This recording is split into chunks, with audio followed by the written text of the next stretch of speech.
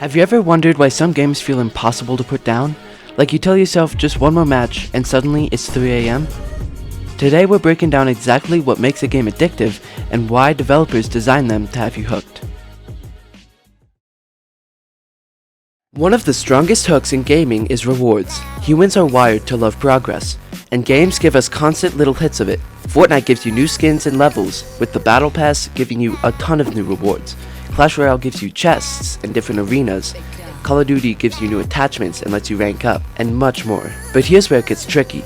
Many games use variable rewards, which means you don't know what you're getting until you open it.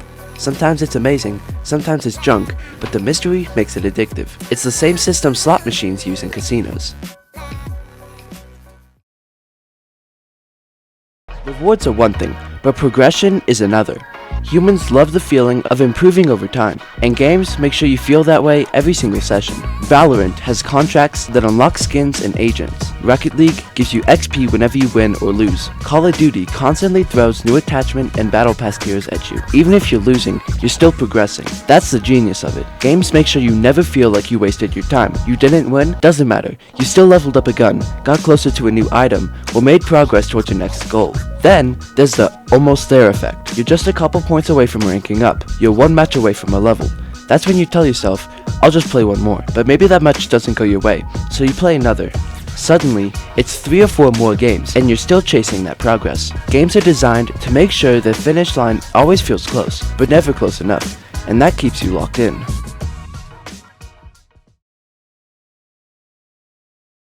Playing with friends is another huge reason why games are so addictive. Sure, you can grind alone, but when your friends are online, it's way harder to log off. Minecraft is a perfect example of this. On your own, it's fun to build, but when you're on a server with your friends, suddenly everything matters more. You don't want to miss out what they're building, or the chaos that happens when everyone's online together. Among Us blew up during the pandemic because of this exact thing. But what kept people coming back was the social experience. The jokes, the lies, the arguments. There's also social pressure. If your squad is playing Fortnite, you don't want to be the one who leaves and lets them play short-handed. If your Clash of Clans clan or Destiny 2 raid group is pushing for rewards, you feel pressure to keep up. This makes sure gaming is more than just entertainment. You're not just playing for yourself anymore, you're playing for your team, your clan, your server, and that pressure makes logging off a lot harder than you'd expect. Developers also use clever design tricks to make sure you keep coming back. None of these are accidents, they're all intentional. Log in every day and you get something free. Miss a day and you lose your streak. That little punishment is enough to make people check in daily, even when they don't really want to play. Fortnite is the king of this. Marvel collabs, Dragon Ball skins, live concerts. If you don't log in, you miss it forever. The fear of missing out is a massive motivator. Games like Clash Royale and Rocket League are designed to be quick. That makes it so easy to say, just one more match, but 5 matches later, you've lost an hour.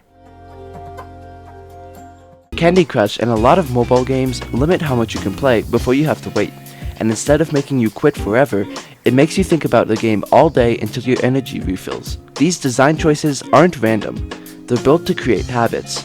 Once logging in becomes part of your daily routine, the game has a grip on you, and that grip is hard to break.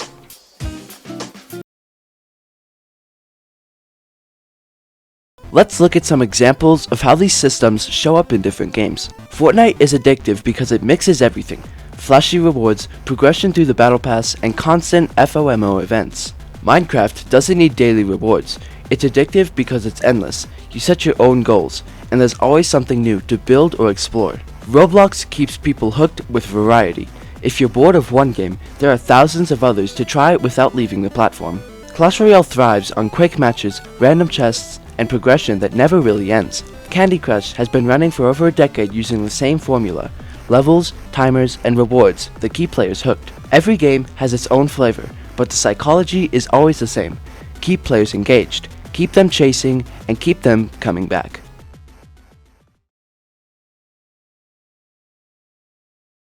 Now, here's the downside.